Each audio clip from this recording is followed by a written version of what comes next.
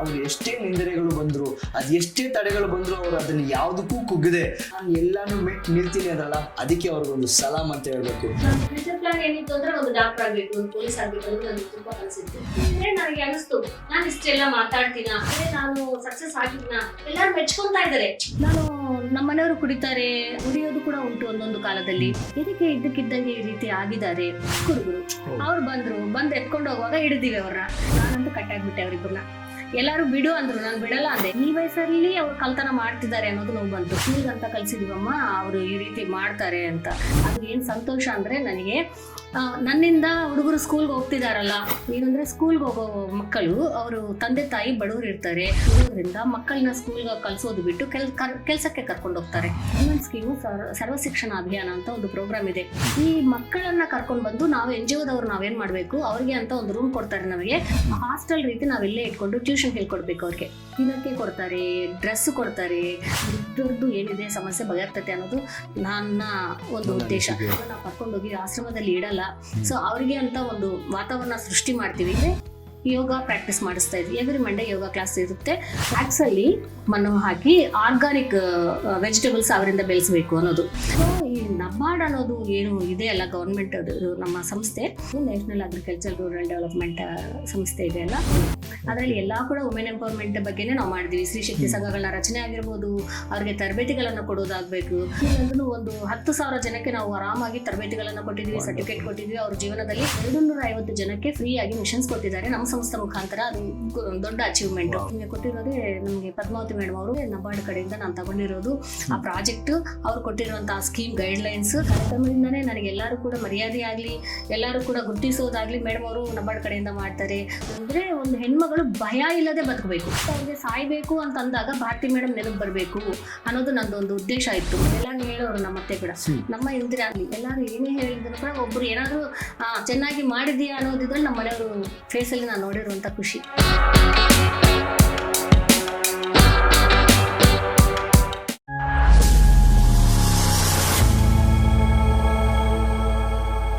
ನಮಸ್ಕಾರ, ಒಂದೇ ಮಾತ್ರ, ಜೈ ಹಿಂದ್, ಜೈ ಕರ್ನಾಟಕ.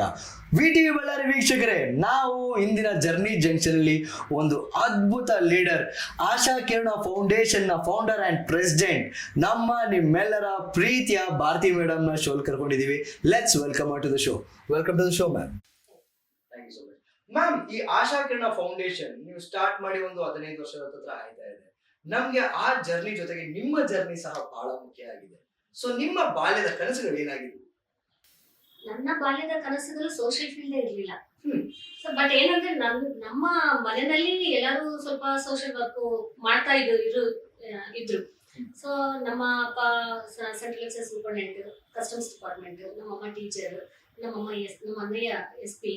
ಸೊ ಇವ್ರು ಏನ್ ಮಾಡ್ತಾ ಇರೋದು ಅದನ್ನ ನೋಡಿ ಅಂದ್ರೆ ಅವ್ರು ಆ ಫೀಲ್ಡ್ ಅಲ್ಲಿ ಜಾಬ್ ಮಾಡ್ತಾ ಇದ್ರು ಕೂಡ ಬಡವರಿಗೆ ಸಹಾಯ ಮಾಡುವಂತದ್ದು. ಏನೇ ಸಹಾಯ ಬೇಕು ಅಂದಾಗ ನಮ್ಮ ಮನೇಲಿ ಬಂದು ನಮ್ಮಮ್ಮನ ಕೇಳೋದು, ನಮ್ಮಮ್ಮ ಅದಕ್ಕೆ ಸಹಾಯ ಮಾಡೋದು. ಅದೇ ರೀತಿ ನಮ್ಮಪ್ಪ ಯಾರೇ ಸಮಸ್ಯೆಗಳಿದ್ರು ಕೂಡ ಅವ್ರಿಗೆ ಹೆಲ್ಪ್ ಮಾಡೋದು.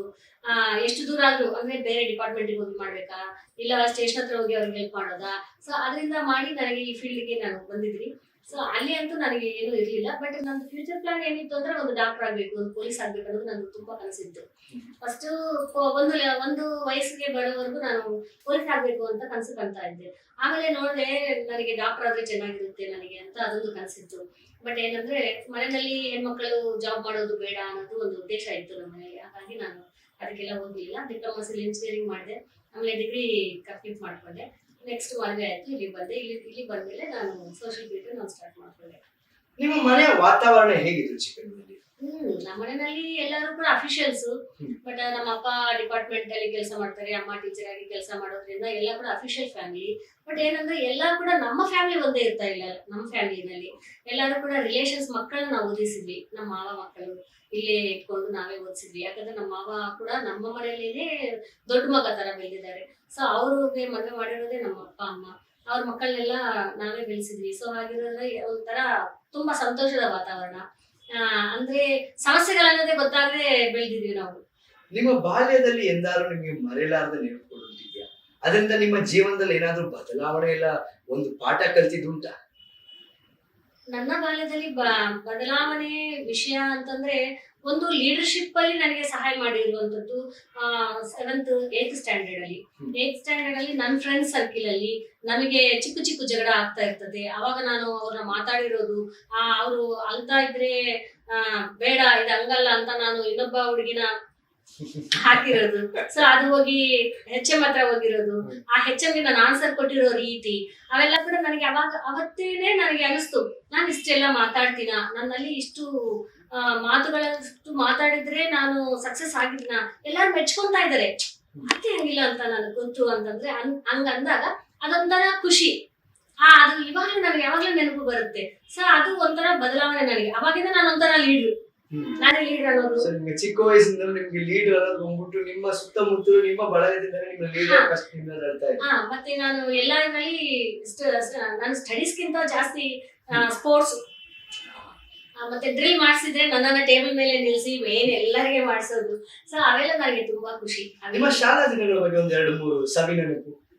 ನಾನು ಅದೇ ಖೋ ಪ್ಲೇಯರ್, ನಾನು kabaddi player, state level player ನಾನು. ಸೊ ನಾನು ಡಿಪ್ಲೊಮಾ ನನಗೆ ಸೀಟ್ ಬಂದಿರೋದೇ, ನಾನು ಎಕ್ಸಾಮ್ ಬರೆಯಲ್ಲ ಅಂತಂದ್ರು ಬರ್ಸಿದ್ದಾರೆ. ಡಿಪ್ಲೊಮಾ ಅಂದ್ರೆ ನಾನು ಬೇಡ ಅಂತಿದ್ದೆ ನಾನು. ಸೊ ನನ್ನ ಫೀಲ್ಡ್ ಈ ಕಡೆ ಡಾಕ್ಟರ್ ಇತ್ತಲ್ಲ, ಸೊ ನನ್ನ ಆಂಬಿಷನ್ ಅದಿತ್ತು. ನಿಮ್ಮ ಕನಸು ಮತ್ತೆ ಗುರಿ ಫಸ್ಟ್ ಇವಾಗ ಡಾಕ್ಟರ್ ಇಲ್ಲ ಪೊಲೀಸ್ ಆಗ್ಬೇಕು ಅಂತ ಮೊದಲೇ ಇತ್ತು.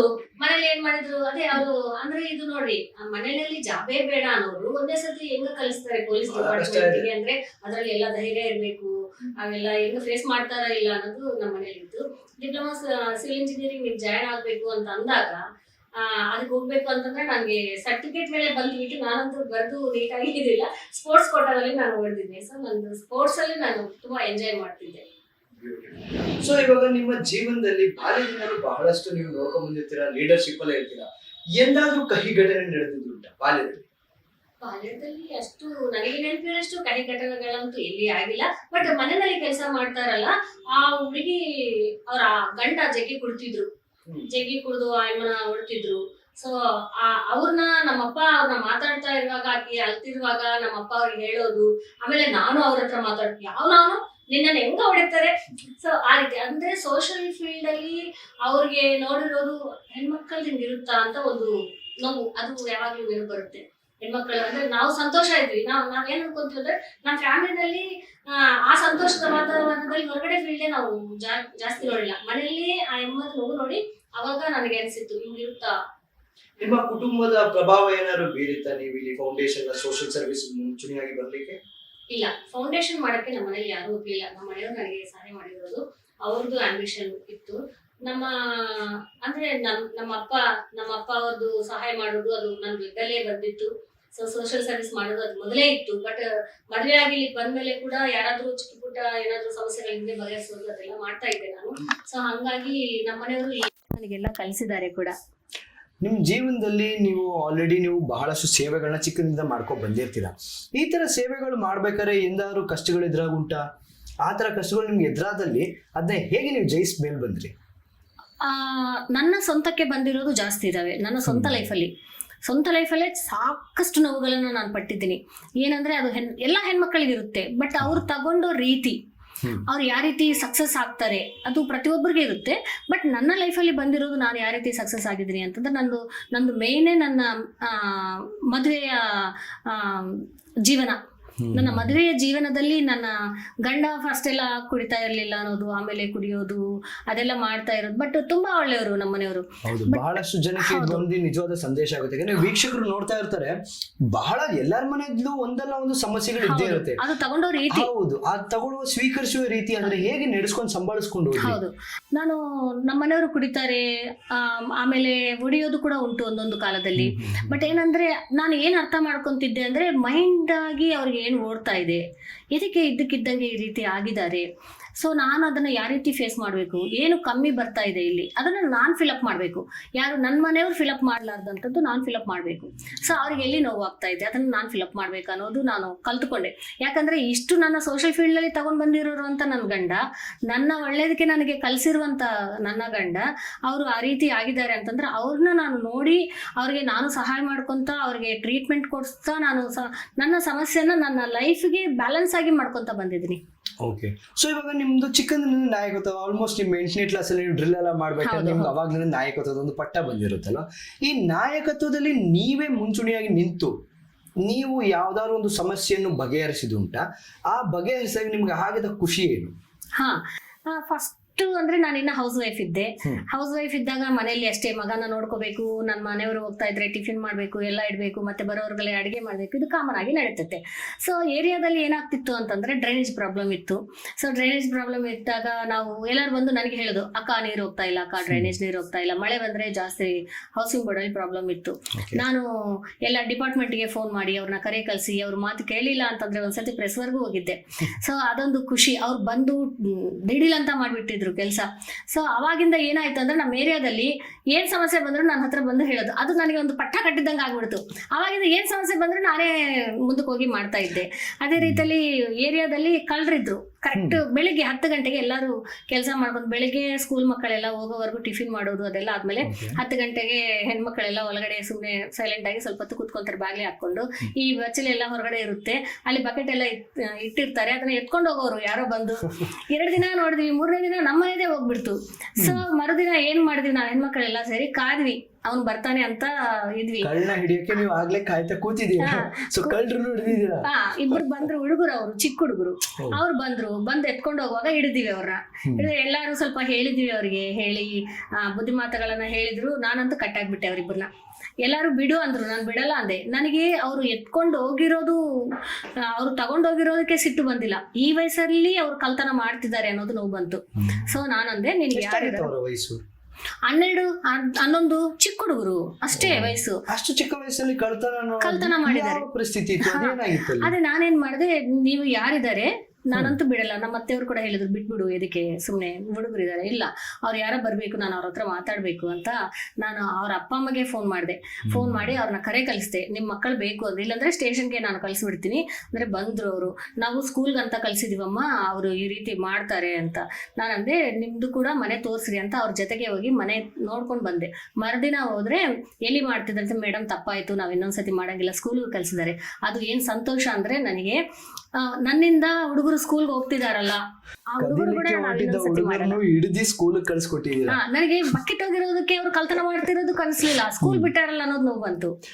ಇವಾಗ ನಿಮ್ಮ ವೃತ್ತಿ ನಡುವೆ ಈ ವೃತ್ತಿ ಇರುತ್ತೆ, ಬಾಂಧವ್ಯ ಇರುತ್ತೆ, ಜೊತೆಗೆ ಸಂಸಾರ ಕೂಡ ನೀವು ನಡೆಸ್ಕೊಂಡು ಹೋಗ್ತಾ ಇರ್ತೀರಾ. ಅದರ ಜೊತೆಗೆ ಬಹಳಷ್ಟು ಜನ ನಿಮ್ಮ ಬಳಿ ಸಮಸ್ಯೆ ಕೂಡ ಹೇಳ್ಕೊಳ್ಬೇಕು. ಇದೆಲ್ಲಾನು ಸಮತೋಲನ ಹೇಗ್ ಮಾಡ್ತೀರಾ? ನಿಮ್ಮ ದಿನಶೈಲಿ ಹೇಗಿರುತ್ತೆ? ದಿನಶೈಲಿ ಅಂದ್ರೆ ಈಗ ನೋಡ್ರಿ, ಬೆಳಿಗ್ಗೆ ನನ್ನ ಮಗ ಸ್ಕೂಲ್ಗೆ ಹೋಗ್ಬೇಕು, ಆಮೇಲೆ ನಮ್ಮನೆಯವರು ಡ್ಯೂಟಿಗೆ ಹೋಗ್ಬೇಕು. ಅದೆಲ್ಲ ಯಾವ ರೀತಿ ಹೌಸ್ ವೈಫ್ ಮಾಡ್ತಾರೆ ಅದೇ ರೀತಿ ಮಾಡ್ತಾ ಇದ್ದೆ. ಮತ್ತೆ ಸಮಸ್ಯೆಗಳು ಬಂದಾಗ ಮಾಡ್ತಾ ಇದ್ದೆ. ಯಾಕೆ ಅಂತಂದ್ರೆ ನಾನು ಟೈಮ್ ಬ್ಯಾಲೆನ್ಸ್, ಬೆಳಿಗ್ಗೆ ಬೇಗ ಎದ್ದು ಅವ್ರನ್ನ ಕಳ್ಸೋದು, ಅದಾದ್ಮೇಲೆ ಯಾರು ಬರ್ತಾರೆ ಅಂತ ಮೊದಲೇ ಹೇಳ್ತಿದ್ರು. ನಾನು ಅವ್ರಿಗೆ ಹೇಳ್ತಿದ್ದೆ, ಇಂಥ ಟೈಮ್ಗೆ ಬರ್ರಿ, ಆ ಟೈಮ್ಗೆ ಮಾತಾಡೋಣ, ಮತ್ತೆ ಅವ್ರು ನಮ್ಮನೆಯವ್ರು ಬರೋ ಒಳಗಡೆ ಈ ಸಮಸ್ಯೆಗಳನ್ನ ಬಗೆಹರಿಸ್ಕೋಬೇಕು, ಮತ್ತೆ ಅವ್ರು ಬಂದೆ ಮತ್ತೆ ಅವ್ರಿಗೆ ಬ್ಯಾಲೆನ್ಸ್ ಮಾಡ್ಕೋಬೇಕು ಅನ್ನೋದು ಒಂದಿತ್ತು, ಮಾಡ್ತಾ ಇದ್ದೆ. ಅದು ಅದೇ ರೀತಿ ಬರ್ತಾ ಬರ್ತಾ NGO ದೊಡ್ಡ ಮಟ್ಟದಲ್ಲಿ ಬೆಳೀತು. ಗವರ್ಮೆಂಟ್ ಡಿಪಾರ್ಟ್ಮೆಂಟ್ ಅಲ್ಲಿ ಪ್ರೋಗ್ರಾಮ್ಸ್ ಎಲ್ಲ ಮಾಡ್ಕೊಂತ ಬಂದು ಬ್ಯಾಲೆನ್ಸ್ ಆಯ್ತು. ಎಕ್ಸಾಕ್ಟ್ಲಿ. ನನ್ಗೆ NGO ಬಗ್ಗೆ ಒಂದು ಪ್ರಶ್ನೆ ಕೇಳಬೇಕಿತ್ತು. ಇವಾಗ ಭಾರತಿ ಮೇಡಮ್ ಅವ್ರು ಬಂದು ಬಹಳಷ್ಟು ಒಳ್ಳೆ ಕಾರ್ಯಗಳನ್ನ ಮಾಡ್ಕೊಂಡ್ ಬಂದಿದ್ದಾರೆ. ಅದರ ಜೊತೆಗೆ ಗೌರ್ಮೆಂಟ್ ಪ್ರಾಜೆಕ್ಟ್ಸ್ ತೆಗಿತಾ ಇದ್ರಿ. ಹೌದು. ಏನದು ಗೌರ್ಮೆಂಟ್ ಪ್ರಾಜೆಕ್ಟ್ಸ್? ಯಾವ ತರ ಪ್ರಾಜೆಕ್ಟ್ ನ ತಗೊಂಡ್ ನಡೆಸ್ಕೊಡ್ತಾ ಇದ್ರಿ? ನನಗೆ ತುಂಬಾ ಸಂತೋಷ ಆಯ್ತು ಈ ಪ್ರಶ್ನೆ ಕೇಳಿ. ಯಾಕಂದ್ರೆ ನಮ್ಮ ಹೆಣ್ಮಕ್ಳಿಗೆ ಗೊತ್ತಾಗ್ಬೇಕು, ಜಾಸ್ತಿ ಜನ NGO ಮಾಡ್ಕೊಂಡಿದ್ದಾರೆ. ನಾನು ಕೇಳ್ತೀನಿ, ಏನ್ ಮಾಡ್ತಿದ್ರಿ ನೀವು ಅಂದ್ರೆ, ನಾನು ಸೋಷಿಯಲ್ ವರ್ಕ್ ಮಾಡ್ತೀನಿ ಅಂತ ಹೇಳ್ತಾರೆ. ಬಟ್ ಸೋಷಿಯಲ್ ವರ್ಕ್ಗೆ NGO ಫೀಲ್ಡ್ಗೆ ಭಾರಿ ತೇಡ ಇದೆ. ಸೊ NGO ಅನ್ನೋದು ಗೌರ್ಮೆಂಟ್ ಕಡೆಯಿಂದ ಬಂದಿರುವಂತ ಸ್ಕೀಮ್ಗಳನ್ನ ಅದನ್ನ ಇಂಪ್ಲಿಮೆಂಟೇಷನ್ ಮಾಡುವಂತದ್ದು NGO ಅಂದ್ರೆ. ಹೌದಾ? ಸೋಷಿಯಲ್ ವರ್ಕ್ ಅಂತಂದ್ರೆ ಸ್ವಲ್ಪ ಜನ ಏನ್ ಹೇಳ್ತಿದ್ರು ಅಂದ್ರೆ, ನೀನ್ ಸೋಷಿಯಲ್ ವರ್ಕ್ ಅಂದ್ರೆ ಏನ್ ಮಾಡ್ತೀನಿ ಅಂದ್ರೆ, ಕ್ಯಾಸ್ಟ್ ಇನ್ಕಮ್ ಮಾಡ್ತೀನಿ, ಕ್ಯಾಸ್ಟ್ ಇನ್ಕಮ್ ಮಾಡಿ ಕೊಡ್ತೀನಿ. ಅದಲ್ಲಮ್ಮ ಸೋಷಿಯಲ್ ವರ್ಕ್ ಅನ್ನೋದು, ಹಂಗೆ ಮಾಡಕ್ ಹೋಗ್ಬೇಡ. ಸೊ ಆ ರೀತಿ NGO ಫೀಲ್ಡ್ ಅಂದ್ರೆ ಗವರ್ಮೆಂಟ್ ಅವರು ಒಂದೊಂದು ಸ್ಕೀಮ್ ಅಂತ ಏನಿರುತ್ತೆ. ಈಗ ಸ್ಕಿಲ್ ಡೆವಲಪ್ಮೆಂಟ್ ತಗೊಳ್ರಿ, ಹೌದಾ? ಆಮೇಲೆ ಈಗ ಯಾವುದು ನಮ್ಮ ಮಕ್ಕಳದ್ದು ಬ್ರಿಡ್ಜ್ ಕೋರ್ಸ್ ಅಂತ ಒಂದಿರುತ್ತೆ. ಏನಂದ್ರೆ ಸ್ಕೂಲ್ಗೆ ಹೋಗೋ ಮಕ್ಕಳು, ಅವರು ತಂದೆ ತಾಯಿ ಬಡವರು ಇರ್ತಾರೆ, ಅವರು ಕೂಲಿ ಕೆಲ್ಸಕ್ಕೆ ಹೋಗ್ತಾರೆ. ಮನೆಯಲ್ಲಿ ಜಾಸ್ತಿ ಜನ ಇರೋದ್ರಿಂದ ಮಕ್ಕಳನ್ನ ಸ್ಕೂಲ್ಗೆ ಕಳ್ಸೋದು ಬಿಟ್ಟು ಕೆಲ್ಸಕ್ಕೆ ಕರ್ಕೊಂಡು ಹೋಗ್ತಾರೆ. ಹೌದಾ? ಹೆಸರು ಸ್ಕೂಲಲ್ಲಿ ಇರುತ್ತೆ, ಬಟ್ ಮಕ್ಕಳು ಸ್ಕೂಲ್ನ ಕಳ್ಸಲ್ಲ. ಅವ್ರನ್ನ ಕಳ್ಸಿದ್ರೆ ಇಲ್ಲಿ ತಿನ್ನಕ್ಕೆ ಇರಲ್ಲ, ಇನ್ನೊಂದು ಕೂಲಿ ಜಾಸ್ತಿ ಬರುತ್ತೆ ಅಂತ ಒಂದು ಇದು ಇರುತ್ತೆ. ಅವ್ರೇನ್ ಮಾಡ್ತಾರೆ, ಕೆಲ್ಸಕ್ಕೆ ಕರ್ಕೊಂಡು ಹೋಗ್ತಾರೆ, ಕೂಲಿ ಜಾಸ್ತಿ. ಪರಿಸ್ಥಿತಿ ಹಾಗೆ ಆಗಿದೆ. ಹೌದು, ನಿಜ.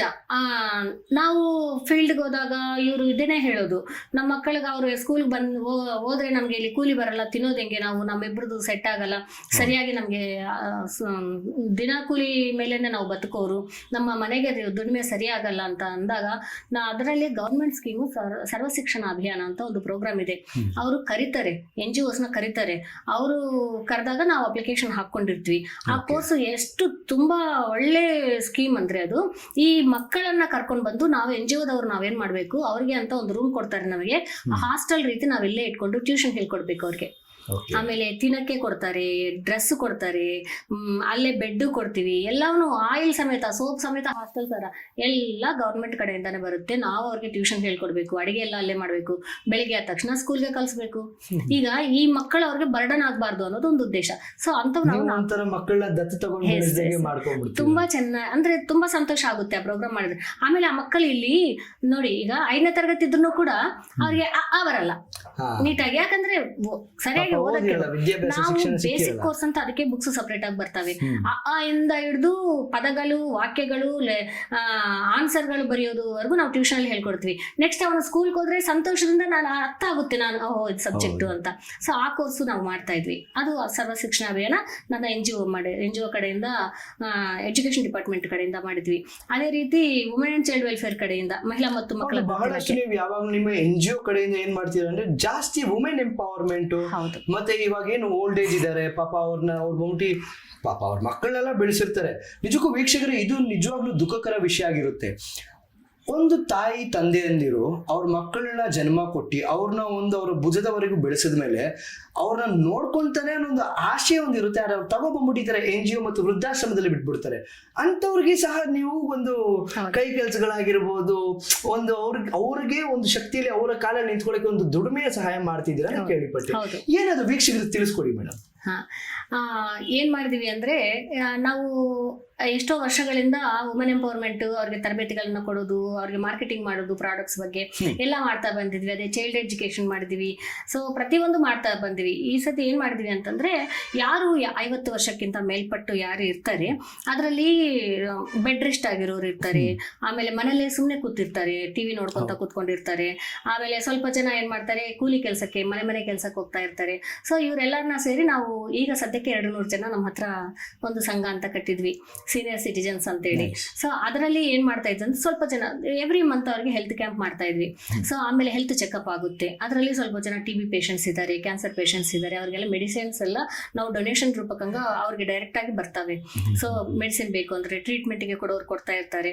ಮತ್ತೆ ನಾವೇನ್ ಮಾಡ್ತೀವಿ ಅಂತಂದ್ರೆ, ಅವ್ರಿಗೆ ಏನ್ ಬೇಕು, ಈಗ ತಂದೆ ತಾಯಿನ ನೋಡ್ತಾ ಇದ್ದಾರೆ ಮಕ್ಕಳು ನಿಜ, ಮತ್ತೆ ಇದು ವೃದ್ಧಾಶ್ರಮಗಳು ಜಾಸ್ತಿ ಎದಕ್ಕೆ ಆಗ್ತಾ ಇದಾವೆ, ಹೌದಲ್ಲ, ದೊಡ್ಡ ಪ್ರಶ್ನೆ ಅದು. ಹೌದಾ?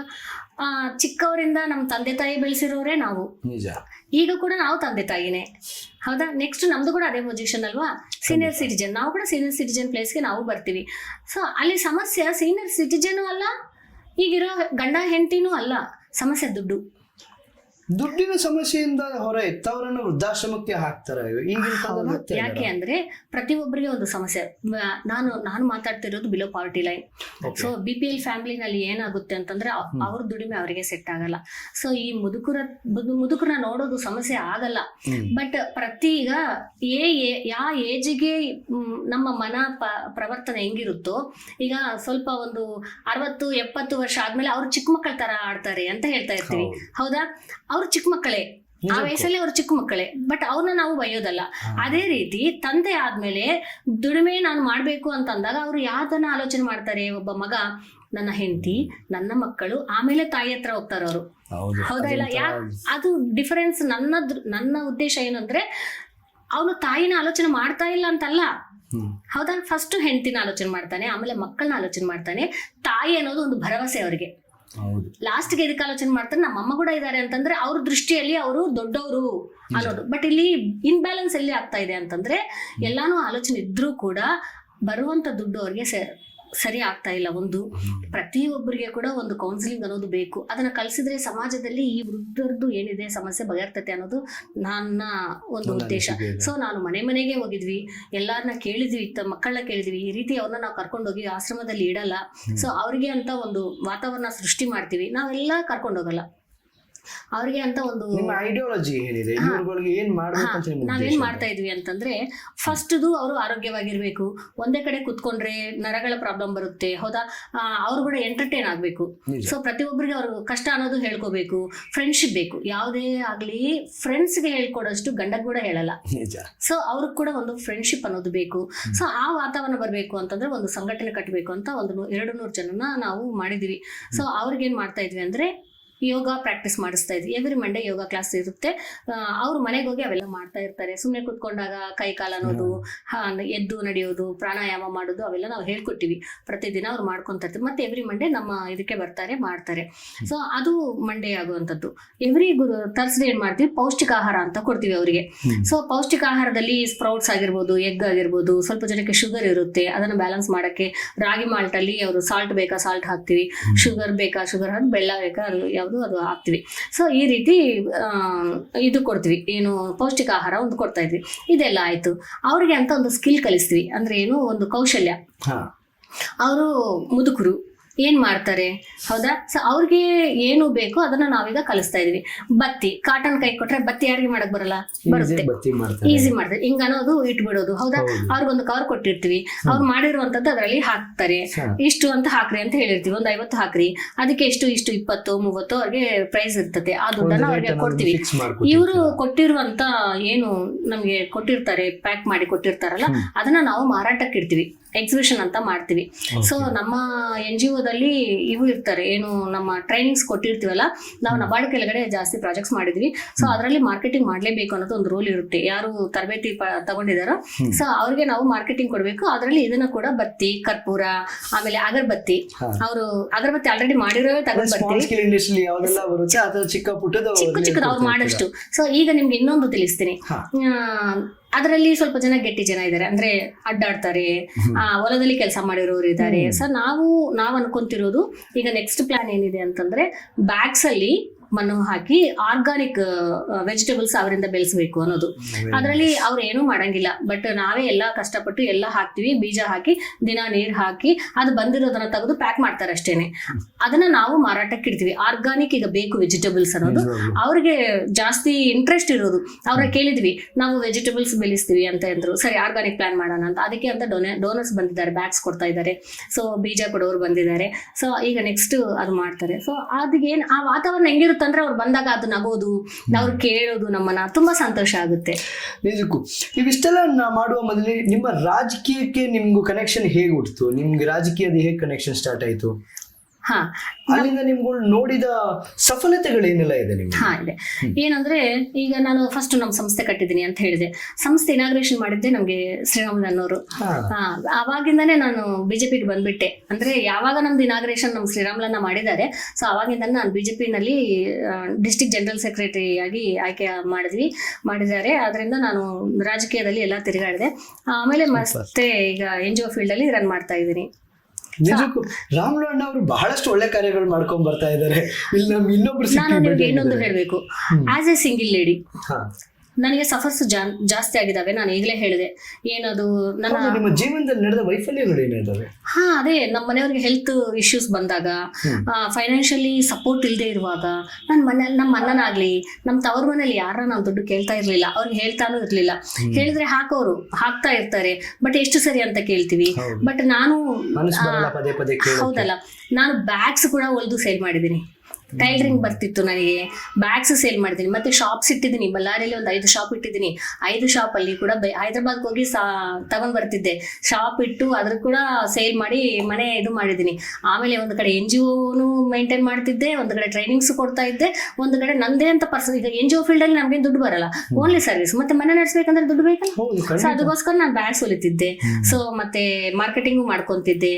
ಅದೊಂದು ಇದರಲ್ಲಿ ನನಗೆ ಪೊಲಿಟಿಕಲ್ ನನಗೆ ಎಷ್ಟು ಸಪೋರ್ಟ್ ಮಾಡ್ತು ಅಂತಂದ್ರೆ, ಒಂದು ಹೆಣ್ಮಗಳು ಧೈರ್ಯದಿಂದ, ಈಗಲೂ ಕೂಡ ಜಾಸ್ತಿ ಜನ ಏನ್ ಅನ್ಕೊಂತಾರಂದ್ರೆ, ಭಾರತಿ ಮೇಡಮ್ ಅಂದ್ರೆ ರೈಟ್, ಭಾರತಿ ಮೇಡಮ್ ಹೆಂಗ ಬದುಕಿದೀವಿ ಅಂದ್ರೆ ಅವರು ಬಾರಿ ಧೈರ್ಯಶಾಲಿ ಅನ್ನೋದು ಒಂದ್ ಐತೆ. ಎಲ್ಲಿಂದ ಬಂತು ಅನ್ನೋದು ನಾನೀಗ ನಿಮ್ಗೆ ಈ ಚಾನಲ್ ಮುಖಾಂತರ ನಾನು ನಿಮ್ಗೆ ಹೇಳ್ಬೇಕು. ಈಗ ಮನೆಯಲ್ಲಿ ಗಂಡ ಕಿರುಕುಲ ಅನ್ನಲ್ಲ, ನಾನು ಗಂಡಗೆ ಇದ್ರ ಹೆಲ್ತ್. ಜೊತೆಗೆ ನನಗೆ ಇನ್ನೊಂದು ಒಂದು ಪ್ರಶ್ನೆ ಅದಕ್ಕೆ ಆಡ್ ಮಾಡ್ಬಿಡ್ತೀನಿ. ಇದ್ರಲ್ಲಿ ನೀವು ಒಟ್ಟಿಗೆ ನಮ್ಮ ಜನಗಳಿಗೆ ಉತ್ತರ ಕೊಡ್ಬೋದು. ನೀವು ಇಲ್ಲಿ 15 ವರ್ಷ ಸಂಸ್ಥೆ ಕಟ್ಕೊಂಡು ನಡೆಸ್ಕೊಂಡ್ ಬಂದಿರ್ತೀರಾ. ಇದರಲ್ಲಿ ಬಹಳಷ್ಟು ಬೇರೆ ತರ ಮಾತುಗಳು ಸಹ ರೂಮರ್ಸ್ ಅನ್ನೋದು ಸ್ಪ್ರೆಡ್ ಆಗಿರುತ್ತೆ. ಈ ತರ ಸ್ಪ್ರೆಡ್ ಆಗಿರೋ ರೂಮರ್ಸ್ಗೂ ಒಂದು ಉತ್ತರ ಕೊಟ್ಬಿಟ್ರಿ. ಹಾ, ರೂಮರ್ಸ್ ಅನ್ನೋದು ನಾವು ಗೆದ್ರೂ ಬರ್ತವೆ, ಗೆದ್ದಿಲ್ಲಂದ್ರೂ ಬರ್ತವೆ. ಹೌದು. ನಾನು ಅದಕ್ಕೆ ಟೈಮ್ ಕೊಡಲ್ಲ. ಅದ್ ಹೆಂಗಿದ್ರು ಬೆನ್ನಿಂದ ಹೌದು, ಅದು ಕಾಮನ್ ನನಗೆ. ಅದು ಇನ್ನೊಂದೇನಂದ್ರೆ, ಒಂದು ಹೆಣ್ಣು ಮುಂದೆ ಹೋಗ್ತಾ ಇದೆ, ಪ್ರತಿಯೊಂದ್ರಲ್ಲಿ ಸಕ್ಸಸ್ ಆಗ್ತಾ ಇದೆ ಅಂದ್ರೆ ನನ್ನ ಎಷ್ಟೋ ಜನ ನನ್ನನ್ನು ತುಳಿದಿದ್ದು ಉಂಟು. ಬೀಳೋದು ಮತ್ತೆ ಹೇಳೋದು ನನಗೆ ಅಭ್ಯಾಸ ಆಗ್ಬಿಟ್ಟಿದೆ. ನಾನು ಯಾವ್ದಕ್ಕೂ ಅಂತ ಇದಕ್ಕೆ ನಾನು ಧೈರ್ಯದಿಂದ ಮುಂದಕ್ಕೆ ಹೋಗಿದ್ರೆ ಬಿಟ್ಟು ನಾನು ಅವ್ರಿಗಂತೂ ಆನ್ಸರ್ ಕೊಡ್ತಿದ್ದೆ. ರೈಟ್, ನೀವ್ ಅನ್ಕೊಂಡ್ರ ರೈಟ್ ಅಷ್ಟೇ. ನಾನು ಅವ್ರಿಗೆ ಆನ್ಸರು ನಾನು ವಿಜಯಪೂರ್ವಕವಾಗಿ ನಾನು ಅವ್ರಿಗೆ ತೋರಿಸ್ತಿದ್ದೆ ಬಿಟ್ಟು ಮಾತುಗಳಿಂದ ಯಾವತ್ತೂ ನಾನು ಅವ್ರಿಗೆ ಆನ್ಸರ್ ಕೊಟ್ಟಿಲ್ಲ. ನಾನು ಮುಂದಕ್ಕೆ ಹೋಗಿದ್ದೀನಿ, ಗೆದ್ದಿದ್ದೀನಿ, ಅದನ್ನೇ ತೋರಿಸ್ತಿದ್ದೆ ನಾನು. ಬಟ್ ಇಲ್ಲಿ ಏನಾಗಿದೆ ಅಂತಂದ್ರೆ, ನನ್ನ ಫೇಲ್ಯೂರು ಎಲ್ಲಿ ಬರುತ್ತೋ ನನ್ನ ಧೈರ್ಯ ಅಷ್ಟೇ ಇತ್ತು. ಎಲ್ಲಿಂದ ಬಂತು ಅದಂದ್ರೆ, ನನಗೆ ಶ್ರೀರಾಮ್ಲನ್ನಾಗ್ಲಿ, ಸೋಮಶೇಖರನ್ನಾಗ್ಲಿ, ನಮ್ಮ ಪದ್ಮಾವತಿ ಮೇಡಮ್ ಅಂತ ಇದ್ರು, ಅವ್ರು ಕೊಟ್ಟಿರುವಂತ ಧೈರ್ಯ, ಅವ್ರು ಕೊಟ್ಟಿರುವಂತ ಸಪೋರ್ಟ್ ಅದೊಂದೇ ಅಲ್ಲ. ಇನ್ನೊಂದು, ನನಗೆ ಮನೆಯಲ್ಲಿ ನಮ್ಮ ಅಣ್ಣ ಆಗ್ಲಿ, ನಮ್ಮ ಅಕ್ಕವರಾಗ್ಲಿ, ಪ್ರತಿಯೊಬ್ರು ಕೂಡ ನನಗೆ ಅಷ್ಟು ಸಪೋರ್ಟ್ ಕೊಟ್ಟು ನನಗೆ ಮುಂದಕ್ಕೆ ಹೋಗಕ್ಕೆ ಬಿಟ್ಟಿದ್ದಾರೆ ಬಿಟ್ಟು ನನಗೆ ಎಲ್ಲಿ ಕೂಡ ಅದೇ ತುಂಬಷ್ಟು ಯಾರು ಮಾಡಿಲ್ಲ. ನಿಮ್ನ ಕುಗ್ಗಲಿಕ್ಕೆ ಬಿಡ್ಲಿಲ್ಲ. ಇಲ್ಲ ಇಲ್ಲ, ಎಲ್ಲರೂ ಸಪೋರ್ಟ್ ಪ್ರತಿಯೊಂದರಲ್ಲಿ ಕೂಡ. Very nice. ಇವಾಗ ನೀವು ಈಗ ನಡೆಸ್ತಿರುವ ನಿಮ್ಮ NGO-ದಲ್ಲಿ ನೆಕ್ಸ್ಟ್ ನಿಮ್ಮ ಪ್ಲಾನ್ ಏನಿದೆ, ನಿಮ್ಮ ಗುರಿ ಏನಿದೆ? ನನ್ನ ಗುರಿ ವುಮೆನ್ ಎಂಪವರ್ಮೆಂಟ್. ಮೇನ್ಲಿ ಫೋಕಸ್ ಮಾಡ್ತಿರೋದು ವುಮೆನ್ ಎಂಪವರ್ಮೆಂಟ್. ಒಂದ್ ಬಹಳಷ್ಟು ಸ್ಟೆಪ್ಸ್ ಗಳನ್ನ ಅದಕ್ಕೋಸ್ಕರ ತಗೊಂಡಿದ್ದೀರಾ. ಬಟ್ ಇವಾಗ ನೆಕ್ಸ್ಟ್ ನಿಮ್ಮ ಗುರಿ ಏನಾಗಿದೆ? ಇದೆ, ನನ್ನ ಗುರಿ ಏನೂ ಇಲ್ಲ. ಈಗ ನೋಡಿ, NGO-ನಲ್ಲಿ ಒಂದು ಸಮ್ ಕಾನ್ಸೆಪ್ಟ್ಸ್, ಆಬ್ಜೆಕ್ಟಿವ್ಸ್ ಅಂತ ಏನಿರ್ತವೆ, ಅದರಲ್ಲಿ ನಂದು ಮೇನ್ ಕಾನ್ಸೆಪ್ಟೇ ವುಮೆನ್ ಎಂಪವರ್ಮೆಂಟ್. ಸೊ ನಾನು ಇದರಲ್ಲಿ ನಿಮಗೆ ಒಂದು ಮೇನ್ ಆಬ್ಜೆಕ್ಟಿವ್ ಒಂದು ಹೇಳ್ತೀನಿ. ಸ್ಕಿಲ್ ಡೆವಲಪ್ಮೆಂಟು ನಮ್ದು ಮೇನ್ ಗುರಿ. ಓಕೆ, ಸ್ಕಿಲ್ ಡೆವಲಪ್ಮೆಂಟ್ ಅಲ್ಲಿ ಹೆಂಗಿರುತ್ತೆ ಅಂತಂದ್ರೆ, ಈಗ ಸ್ಟಾರ್ಟಿಂಗ್ ಇಂದ ಕೂಡ ತರಬೇತಿಗಳನ್ನ ನಾವು ಹೇಳ್ತೀವಿ, ಕಲ್ಸಿಕೊಡ್ತೀವಿ, ಆಮೇಲೆ ಸರ್ಟಿಫಿಕೇಟ್ ಕೊಡ್ತೀವಿ. ಅದರಿಂದ ಮಹಿಳೆಯರಿಗೆ ಏನ್ ಪ್ರಯೋಜನ? ವೇಸ್ಟ್, ಕಲ್ತ್ಕೊಂತಾರೆ, ಹೋಗ್ತಾರೆ ಮನೆಯಲ್ಲಿ. ಹೌದು. ಸ್ಕಿಲ್ ಡೆವಲಪ್ಮೆಂಟ್ ಅನ್ನೋದು ಎದಕ್ಕೆ ಬಂದಿದೆ? ಕಲ್ತ್ಕೋಬೇಕು, ಅದನ್ನೇ ಜೀವನದಲ್ಲಿ ಉಪಯೋಗ ಮಾಡ್ಕೋಬೇಕು, ದುಡಿಮೆಯನ್ನ ಜಾಸ್ತಿ ಮಾಡ್ಕೋಬೇಕು, ಆರ್ಥಿಕವಾಗಿ ಮುಂದೆ ಬರೋದು ಒಂದು. ಸೊ ಈ ನಬಾರ್ಡ್ ಅನ್ನೋದು ಏನು ಇದೆ ಅಲ್ಲ, ಗವರ್ಮೆಂಟ್ ನಮ್ಮ ಸಂಸ್ಥೆ ನಬಾರ್ಡ್ ಅನ್ನೋದು ನ್ಯಾಷನಲ್ ಅಗ್ರಿಕಲ್ಚರ್ ರೂರಲ್ ಡೆವಲಪ್ಮೆಂಟ್ ಸಂಸ್ಥೆ ಇದೆ ಅಲ್ಲ, ಅದರಲ್ಲಿ ನಾವು 2012ರಿಂದ ನಾವು ಕೆಲಸ ಮಾಡ್ತಿರೋದು ಪ್ರಾಜೆಕ್ಟ್ಸ್ ಅದರಲ್ಲೇನೆ. ಅದರಲ್ಲಿ ಎಲ್ಲಾ ಕೂಡ ವುಮೆನ್ ಎಂಪವರ್ಮೆಂಟ್ ಬಗ್ಗೆನೇ ನಾವು ಮಾಡಿದ್ವಿ. ಸ್ತ್ರೀ ಶಕ್ತಿ ಸಂಘಗಳನ್ನ ರಚನೆ ಆಗಿರ್ಬೋದು, ಅವ್ರಿಗೆ ತರಬೇತಿಗಳನ್ನ ಕೊಡೋದಾಗ್ಬೇಕು. ಅದರಲ್ಲಿ ಕಾನ್ಸೆಪ್ಟ್ ಹೆಂಗಿರುತ್ತೆ ಅಂತಂದ್ರೆ, ತರಬೇತಿ ಒಂದೇ ಕೊಟ್ರೆ ಇಲ್ಲ, ಅವ್ರು ಒಪ್ಪಂಗಿಲ್ಲ. ಅದು ಕಾನ್ಸೆಪ್ಟ್ ನಮ್ಗೆ ಆರ್ಡರ್ ಕಾಪಿನಲ್ಲಿ ಹೆಂಗ್ ಕೊಡ್ತಾರೆ ಅಂತಂದ್ರೆ, ತರಬೇತಿ ಕಲಿಸಬೇಕು, ತರಬೇತಿ ಆದ್ಮೇಲೆ ಸರ್ಟಿಫಿಕೇಟ್ ಕೊಡಬೇಕು, ಸರ್ಟಿಫಿಕೇಟ್ ಆದ್ಮೇಲೆ ಬ್ಯಾಂಕಲ್ಲಿ ಸಾಲ ಕೊಡಿಸ್ಬೇಕು, ಸಾಲ ತಗೊಂಡು ಅವ್ರು ಅದೇ ವೃತ್ತಿಯಾಗಿ ತಗೋಬೇಕು. ಆ ವೃತ್ತಿಯಿಂದ ತಯಾರಾಗಿರುವಂತ ಏನು ಪ್ರಾಡಕ್ಟ್ಸ್ ಇದಾವೆ ನಾವು ಮಾರ್ಕೆಟಿಂಗ್ ಕೊಡಬೇಕು. ಸೊ ಫುಲ್ ಸ್ಟೆಪ್ ಒಂದು ಸರ್ಕಲ್ ಇದೆ ಆ ಪ್ರಾಡಕ್ಟ್, ಅದು ಕಂಪ್ಲೀಟ್ಲಿ ಕಂಪ್ಲೀಟ್ ಮಾಡ್ಬೇಕು ಅನ್ನೋದು. ಸೊ ನಾವು ಇದೆಲ್ಲ ಮಾಡ್ತಾ ಇದ್ವಿ. ಮತ್ತು ಎಷ್ಟು ವುಮೆನ್ ಎಂಪವರ್ಮೆಂಟ್ ಅಲ್ಲಿ ನೀವು ಎಷ್ಟೆಲ್ಲ ಸಾಧನೆಗಳನ್ನ ಮಾಡಿದ್ರೆ, ಒಂದು ಸಾಧನೆಗಳನ್ನ ನಮ್ಮ ಜನಕ್ಕೆ ತಿಳಿಸ್ಕೊಡ್ಬೋದಾ? ನಾವು ಸಾಕಷ್ಟು ಇಲ್ಲಿವರೆಗೂ ನನ್ನ ಜರ್ನಿಯಲ್ಲಿ ಏನಿಲ್ಲ ಅಂದ್ರೂ ಒಂದು 10,000 ಜನಕ್ಕೆ ನಾವು ಆರಾಮಾಗಿ ತರಬೇತಿಗಳನ್ನ ಕೊಟ್ಟಿದ್ವಿ, ಸರ್ಟಿಫಿಕೇಟ್ ಕೊಟ್ಟಿದ್ವಿ. ಅವ್ರ ಜೀವನದಲ್ಲಿ ಅವ್ರದೇ ಆದಂತ ವೃತ್ತಿ ತಗೊಂಡು ಅವ್ರ ಜೀವನದಲ್ಲಿ ಅದನ್ನೇ ಒಂದು ಕೆಲಸ ಜೀವನ ಮಾಡ್ಕೊಂತ ಇರೋರು ಇದ್ದಾರೆ. ಬಟ್ ಮೇನ್ ಒಂದು ಏನ್ ಗೊತ್ತಾ, ನಾನು 2011, 10, 9, 5, 6, 8 2008-9 ಆ ಟೈಮಲ್ಲಿ ಏನಾಗಿದೆ ಅಂತಂದ್ರೆ, ಈ ಮಹಿಳೆಯರಿಗೆ ಟೈಲರಿಂಗ್ ತರಬೇತಿ ಅಂತ ಕೊಟ್ಟಿದ್ವಿ. ಸೊ ಕೊಟ್ಟಿದಾಗ ನನ್ನ NGO-ಗೆ ಗವರ್ಮೆಂಟ್ ಕಡೆಯಿಂದ ಡೈರೆಕ್ಟ್ ನಮ್ಗೆ ಕೊಡಕ್ಕಿಲ್ಲ, 3 years ಆಗ್ಬೇಕು. ಸೊ ಅಲ್ಲಿವರೆಗೂ ಪ್ರಾಜೆಕ್ಟ್ ಕೊಡಲ್ಲ. ನಮ್ಗೆ ಕೊಟ್ಟಿರೋದೇ, ನಮ್ಗೆ ಪದ್ಮಾವತಿ ಮೇಡಮ್ ಅವರು ಮುನ್ಸಿಪಲ್ ಇದ್ರು, ಅಧ್ಯಕ್ಷರಾಗಿದ್ರು. ಅವರು ನಮ್ಗೆ ಪ್ರಾಜೆಕ್ಟ್ ಕೊಟ್ಟಿದ್ದಾರೆ ಆಗ ಮುನ್ಸಿಪಾಲಿಟಿ ಕಡೆಯಿಂದ. ಅವರು 250 ಜನಕ್ಕೆ ಫ್ರೀ ಆಗಿ ಮಿಷನ್ಸ್ ಕೊಟ್ಟಿದ್ದಾರೆ ನಮ್ಮ ಸಂಸ್ಥೆ ಮುಖಾಂತರ. ಅದು ದೊಡ್ಡ ಅಚೀವ್ಮೆಂಟ್. ಈಗಲೂ ಕೂಡ ಎಲ್ಲಿ ಹೋದ್ರು ಮೇಡಮ್ ಅವರು ನಮ್ಗೆ ಮಿಷನ್ ಕೊಟ್ಟಿದ್ದಾರೆ. ಮೇಡಮ್ ನಾನು ಅದರಿಂದಾನೇ ಈಗ ದುಡಿತಾ ಇದ್ದೀನಿ, ಅದರಿಂದ ಎಷ್ಟೋ ಹೆಣ್ಮಕ್ಳು ಜೀವನ ನಡೆದಿರುತ್ತೆ. ಯಾಕೆಂದ್ರೆ ನಾವು ಹೇಳ್ಕೊಡೋದು ಒಂದು ಇರುತ್ತೆ, ಆದ್ರೆ ಅವ್ರು ಮಾಡ್ಕೊಳ್ಳಿಕ್ಕೆ ಅವ್ರಿಗೊಂದು ಎಕ್ವಿಪ್ಮೆಂಟ್ ಅನ್ನೋದು ಬಹಳ ನೆಸೆಸರಿ ಇರುತ್ತೆ. ಅದನ್ನ ಸಹ ನೀವು ಮಾಡ್ಕೊಡ್ತಾ ಇದ್ದೀರಾ. ಇದಿಷ್ಟು ಮಾಡ್ಬೇಕು. ಇವಾಗ ಸಮಾಜಕ್ಕೆ ಬಹಳಷ್ಟು ಕೊಡುಗೆಗಳು ಈ ಮುಖಾಂತರ ನೀವು ಕೊಟ್ಟಿದ್ದೀರಾ. ಇದರಲ್ಲಿ ಸಮಾಜದ ಪಾತ್ರ ನಿಮಗೆ ಹೇಗೆ ನಿಭಾಯಿಸಿದ್ದಾರೆ? ಸಮಾಜ ಹೇಗೆ ನಿಮ್ಮನ್ನ ನೋಡ್ತಾ ಇತ್ತು, ಹೇಗೆ ಸ್ವೀಕರಿಸ್ತು?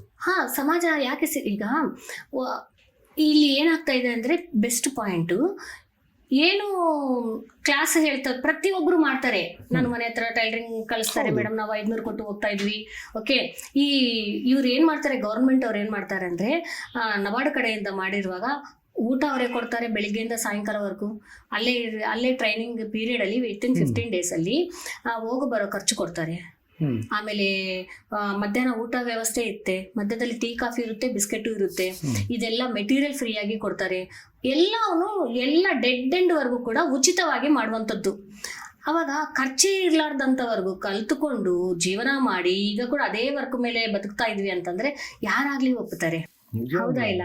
ಸೊ ನನಗೆ ಬಂದಿರುವಂತ ಹೆಸರು ಅಂದ್ರೆ ನಬಾರ್ಡ್ ಕಡೆಯಿಂದ ನಾನು ತಗೊಂಡಿರೋದು ಆ ಪ್ರಾಜೆಕ್ಟ್, ಅವ್ರು ಕೊಟ್ಟಿರುವಂತಹ ಸ್ಕೀಮ್ ಗೈಡ್ಲೈನ್ಸ್.